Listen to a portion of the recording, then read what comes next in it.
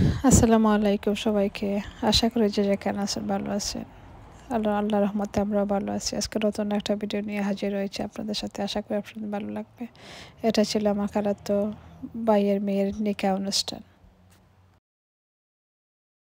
এখান থেকে প্রায় 10 মিনিট মতো লেগে যায় তাদের ঘরে।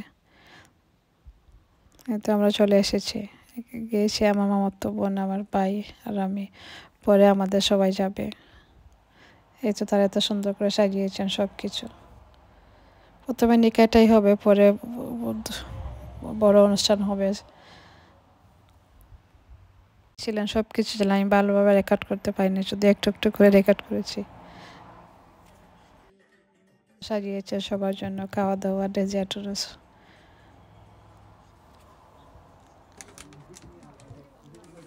কিন্তু এখানে বসে আছেন আমার খালা, সবাই বসে আছেন। সবাইকে তো আর দেখাতে পারবো না। এখানে আস্তে আস্তে খাওয়া দাওয়ার পালা। এখানে আমার খালাতো বোন, আমার মামাতো বোন, ওরা খানাটা দিয়ে দিচ্ছে সবাইকে। আমি একটু একটু করে ভিডিও করছি।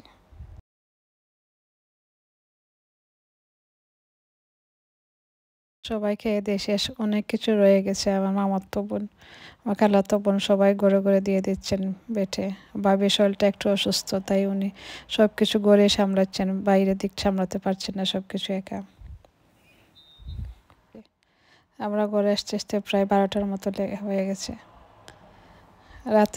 রাতের লন্ডন আপনাদেরকে একটু দেখিয়ে দিলাম। রাতে এত সুন্দর হয়, দেখতে খুবই ভালো লাগে।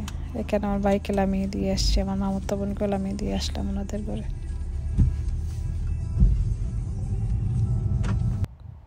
এই তো নিকার দিন। বেশি ভালোভাবে তো ভিডিও করতে পারছি না, সব দেখে মানুষ আর মানুষ। আমি শুধু একটু পিকচার নিচ্ছি ওনাদের। দেখতে সবাই মাশাল্লাহ বলবেন, এত সুন্দর লেগেছে ওনাদেরকে। টেবিলে টেবিলে সাজিয়ে রেখেছেন তারা, সব টেবিলে তো আর তুলতে পারছে না। অনেক আইটেম ছিল ডিজার্টের। যেটা ছিল পরের দিন, আমার ছোটো ননদের বার্থডে ছিল, তাই ওর জন্য কেক বানাইনি, একটা পুডিং বানিয়েছিলাম।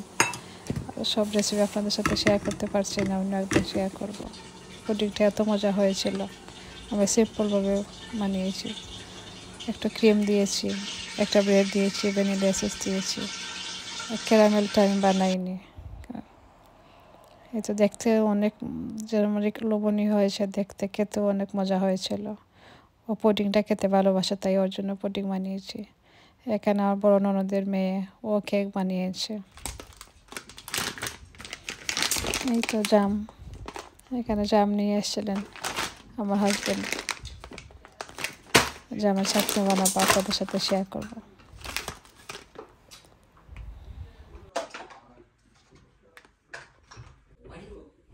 জামটা ছিল ফ্রোজেন জাম, তাই আগে আমি ভিজিয়ে রেখেছিলাম।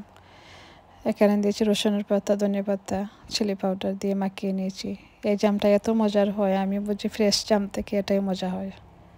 সবাইকে দিয়ে দিচ্ছি। রসুনের পাতাটা দেওয়ার এত মজা হয়েছে।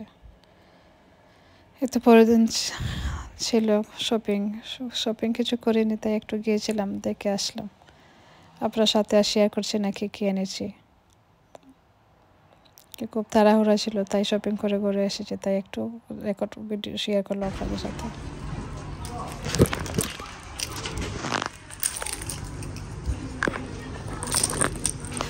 আমার ভিডিওটা যদি আপনাদের কাছে ভালো লাগে, প্লিজ সাবস্ক্রাইব করে আমার পাশে থাকবেন, একটা লাইক দিয়ে দেবেন, ভালোভাবে শেয়ার করবেন।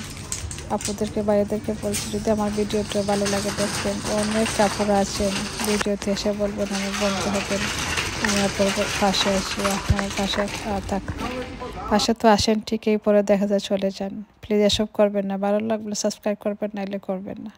আমি তো সবার চ্যানেলে চলে যাই, গিয়ে তো সাবস্ক্রাইব করে আসি, কমেন্ট করে আসি। আমার সাথে এরকম করবেন না প্লিজ, সবাইকে বলছি আমি। আজকে শপিংয়ে কোনো কিছু আপনাদের সাথে শেয়ার করতে পারতেছি না, সেই জন্য সরে আছি। বিকজ খুব তাড়াহুড়া ছিল, তাই ঘরে এসে তো অনেক কাজ, তাই তাড়াতাড়ি করে শপিংতে চলে আসলাম।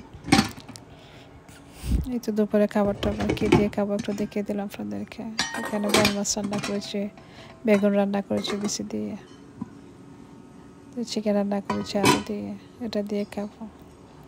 আজকের ভিডিওটা শেষ পর্যন্ত চলে এসেছি। যদি আমার ভিডিওটি আপনাদের কাছে ভালো লাগে প্লিজ সাবস্ক্রাইব করে আমার পাশে থাকবেন। আর আমার কথা যদি কেউ কোনো দুঃখ পেয়ে থাকেন সেই জন্য আমি সরি আছি। আবারও দেখা হবে নতুন কোনো ভিডিওতে। আল্লাহ হাফিজ, আসসালামু আলাইকুম। সবাই ভালো থাকবেন, সুস্থ থাকবেন।